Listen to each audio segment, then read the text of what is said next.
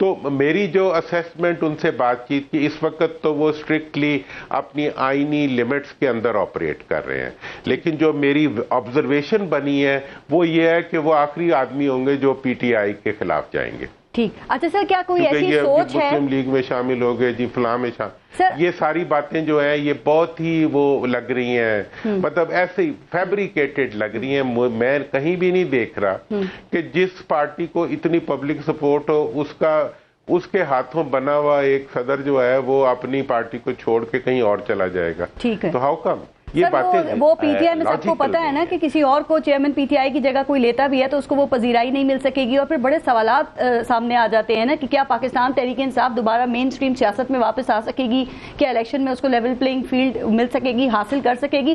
اچھا درانی صاحب، ایک اور بات بتائیے، کیا یہ تجویز ہے، کیا کوئی خیال ہے یا یہ بات ہے کہ چیئرمین پاکستان تحریک انصاف کچھ عرصے کے لیے ملک سے باہر چلے جائیں، جیسے میاں نواز شریف جناب مشرف سے ایک ایگریمنٹ کر کے چلے گئے تھے اور پھر کچھ عرصے کے لیے سیاست سے لا تعلق ہو گئے تھے اور جب معاہدہ ختم ہوا تو دوبارہ سیاست میں واپس آ گئے؟ ایسی کوئی چیز ہے اور آپ کو لگتا ہے چیئرمین کے سامنے رکھی گئی پی ٹی آئی کے تو وہ اس کو تسلیم کریں گے؟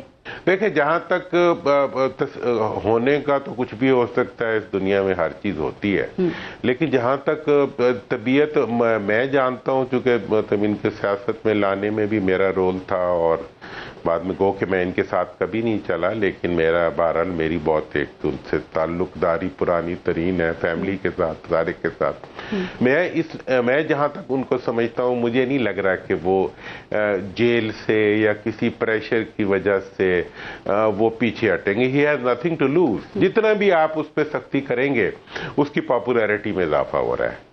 میں پبلک میں رہتا ہوں، پبلک پلس دیکھتا ہوں. آپ کو پتا ہے میں نے کبھی پی ٹی آئی میں نہیں رہا، میں نے کبھی پی ٹی آئی کی سیاست نہیں کی، میں نے کبھی کوئی فائدہ نہیں لیا. سر، آپ توقع کر رہے ہیں پھر یہ مفاہمت ہو سکے گی، اس طرف کوئی بات بن سکے گی، کوئی صورتحال بہتر ہو سکے گی؟ دیکھیں، اس میں میری مفاہمت کا جو سارا دار و مدار ہے، ایک چیز تو یہ ہے کہ مجھے اپنے خلوص پہ ہمیشہ اعتماد رہا ہے کہ میں جب بھی کوئی کام خلوص سے نیت سے کرتا ہوں تو قدرت اس میں برکت ڈالتی ہے. دوسرا، مجھے یہ اس چیز پہ اعتماد ہے کہ جب بھی آپ انصاف پہ مبنی فارمولا اور انصاف پہ مبنی انیشیٹیوز لیتے ہیں تو اس کو بھی ایک سپورٹ ملتی ہے. تیسری چیز یہ ہے کہ اس وقت پاکستانیت، پاکستان کی بقا، پاکستان کی معیشت، پاکستان کا امن و امان اور پاکستان کے عوام کی جو تکلیف ہے، اس میں سے نکلنے کا اور کوئی راستہ نہیں ہے کہ آپ اس ٹکراؤ کو کم کر کے کانفیڈنس بلڈنگ میئرز کے ذریعے تمام پولیٹیکل فورسز اور اسٹیٹ مشینری جو ہے وہ ایک ایسے راستے پہ چلے جس میں جیو اور جینے دو کا راستہ ہو. اور جن چیزوں کو استعمال کیا جاتا ہے، میں نے اسی لیے اپنا جو آج فارمولہ دیا ہے اس میں ان تینوں چیزوں کو میں نے ایک سائٹ پہ کر دیا ہے. میں نے یہ کہا ہے کہ آپ پاکستان، جمہوریت اور فوج، ان کو آپ سیاست پہ مت گھسیٹیں. اور میں آپ کو بتاؤں، یہ ایک دن میں نہ بھی ہو، اگر یہ جتنا ہوتا جائے گا اتنا سر، یہ بڑی آئیڈیل آپ نے صورتحال بیان کر رہے ہیں آپ، اور اللہ کرے ایسا ہو جائے. مجھے ایک دو باتیں سر آخر میں ذرا جلدی سے بتا دیجئے کہ آپ کیا دیکھ رہے ہیں کہ اسٹیبلشمنٹ اس وقت میں کیا چاہتی ہے، کہ الیکشنز ہوں وقت پہ یا پھر وہ الیکشنز میں ڈیلے چاہتے ہیں؟ دیکھیں، مجھے تو لگ رہا ہے کہ اسٹیبلشمنٹ کی بڑی ضرورت ہے کہ سینٹ کے الیکشن سے پہلے اسمبلیوں کے الیکشنز مکمل ہو جائیں تاکہ ملک کے اندر ایک جمہوری نظام جو ہے وہ اپنے اس پہ آ جائے، روٹ پہ آ جائے اور انہیں کوئی ایکسٹرا وہ نہ اٹھانا پڑے. اب جو پارٹیاں ہیں جنہوں نے الیکشن لڑنا ہے ان کو یہ پرابلم آ رہی ہے کہ اس وقت سب سے بڑی پرابلم جو ہے وہ ایک ہی ہے، وہ ان کی پاپولیرٹی ہے جو پی ٹی آئی کی بنی ہوئی ہے پبلک میں. وہ اب اس پاپولیرٹی کو سبورٹ کرنے کے لیے جو پورا پولیٹیکل سسٹم ہے وہ کوئی ایسا نظام بنانا چاہتا ہے کہ آئندہ کے اندر ان کی مرضی کے نتائج آ سکیں. تو میرا اس کے اندر یہ جو میں نے یہ تجویز دی ہے، اس کے بعد اگر کانفیڈنس بلڈ میئرز آتے ہیں، پھر انیبلنگ ایٹماسفیئر آتا ہے، اس کے بعد قانون کی حکمرانی آتی ہے، تو میں یہ سمجھتا ہوں کہ ہر پارٹی سے ایسے کینڈیڈیٹ مل سکتے ہیں، آئیں گے، خواہ وہ پی ٹی آئی کے ہوں، خواہ وہ کسی کے بھی ہوں، جو پاکستان کے لیے سوچیں گے۔ اس وقت پاکستان کے اداروں کو پاکستان کے عوام سے ٹکراؤ میں آنے کی ضرورت نہیں ہے۔ وہ پوری کی پوری پاکستانیت کی بنیاد کے اوپر پورے سسٹم کو ایک ٹریک پہ چلا سکتے ہیں، قانون پہ چلا سکتے ہیں، اصول پہ چلا سکتے ہیں، لیکن ٹکراؤ میں لانا ان قوتوں کی ریکوائرمنٹ ہے جو حقیقت میں پاکستان کی اسٹیبلشمنٹ کو، پاکستان کی دفاع کو، پاکستان کے معیشت کو اور پاکستان کے استحکام کو کمزور کرنا چاہتے ہیں، وہ پاکستان کے اندر لڑائی پیدا کرنا چاہتے ہیں۔ اور یہ بڑی اہم بات ہے کہ یہاں پہ ان تمام چیزوں کے ساتھ ساتھ ہر بندہ اپنے ہی کام پہ فوکس بھی رکھے، تو اگر فوکسڈ ہوگا تو بھی حالات بہت بہتر ہوں گے، اسے پتا ہوگا میں نے صرف اپنا ہی کام کرنا ہے۔ سر مجھے ایک بات بتائیے، نون لیگ کی جو ٹاپ لیڈرشپ ہے وہ بھی آپ کے ساتھ رابطے میں ہے، اور آپ کو یقین ہے کہ 21 اکتوبر کو میاں نواز شریف واپس آ جائیں گے؟ امکان لگ رہا ہے، اناؤنس تو کیا ہوا ہے انہوں نے۔ دیکھیں جی، انہوں نے اناؤنس کیا ہے تو مجھے مطلب اس پہ کوئی شک نہیں ہے، انہیں آنا چاہیے، لیکن اب ان کا استقبال کیسا ہوگا یہ ان کی اپنی مینجمنٹ ہوگی۔ تو آپ کو لگتا ہے ان کے چوتھی بار وزیر اعظم بننے کے بھی امکانات لگ رہے ہیں، یا چھوٹے بھائی کو بھی امید ہے، وہ بھی ساتھ ہی کھڑے ہوئے ہیں اس سلسلے میں، چونکہ اب حالات اور ماحول ڈیفرنٹ ہے؟ اب یہ جو ہے نا، اب آج کل میں سی بی ایم پہ بیٹھا ہوں، میرا دل تو بڑا کر رہا ہے پولیٹیکل کامنٹ کرنے کو، لیکن میں اس وقت ماحول سازی کا کام کر رہا ہوں، تو کسی اور موقع پہ اس پہ میں وہ بڑا بھرپور تبصرہ کر سکتا ہوں کہ کیا ہوگا۔ اچھا سر، آگے حکومت کس کی بنتے ہوئے دیکھ رہے ہیں الیکشنز کے بعد؟ دیکھیں جی، میری تو ایک ہی خواہش ہے کہ وہ حکومت بنے جو عوام کی مرضی کی ہو۔ کسی کو حکومت میں لانا اور کسی کو حکومت میں آنے سے روکنا یہ پولیس کا کام نہیں ہے، یہ عوام کا کام ہے۔ بالکل۔ اگر آپ جمہوریت پہ یقین رکھتے ہیں تو عوام کی رائے کو مان لیں، عوام کی رائے کو ماننے سے کبھی کوئی نقصان نہیں آئے گا۔ بڑے سے بڑا فیٹے خان آ بھی جائے نا تو کیا کرے گا؟ قانون توڑے گا؟ نہیں توڑ سکتا۔ پارلیمنٹ سے کیا کرے گا؟ کوئی مطلب کوئی بھی اس وقت آئندہ کی صورت، ابھی جب یہ خان صاحب بھی جب اقتدار میں تھے تمام تر، اس کے باوجود کتنی مطلب ان کے کتنے ایشوز بن گئے تھے ان کے لیے پولیٹیکل۔ یہ تو جو بیچارے آئے ان کی شکلوں کی وجہ سے ان کی پاپولیرٹی بڑھ گئی۔ سارے کے سارے وہ لوگ جن کے بارے میں ایک پرسیپشن بنا ہوا تھا، وہ اکٹھے ہو کے جب آ کے بیٹھے تو عوام ری ایکٹ کر گئے۔ تو آپ عوام میں بھی رہتے ہیں، سی بی ایمز میں بھی اس وقت کام کر رہے ہیں، آپ نے کہا کہ جو عوام کی رائے ہے، جو عوام چاہتی ہے اسی کی حکومت آنی چاہیے، تو وہ عوام کی رائے اس وقت کیا لگ رہی ہے اور کس کے حق میں لگ رہی ہے سر آپ کو؟ جی، عوام کی رائے تو اس وقت جو جتنا بھی میں تو سرویز ہی دیکھ سکتا ہوں، سرویز میں تو اس وقت پی ٹی آئی کی سچویشن بہت سپیریئر ہے۔ ٹھیک، اور جو ریسنٹ الیکشنز ہوئے ہیں اس کے اندر بھی یہی ریفلیکشن آ رہی ہے۔ بہت بہت شکریہ محمد علی درانی صاحب، پروگرام میں آپ نے شرکت کی، آپ نے وقت نکالا سر۔ اپنا اور اپنے ملک کا خیال رکھیے۔ پارس جہاں زیب کو اجازت دیجیے، اللہ نگہبان۔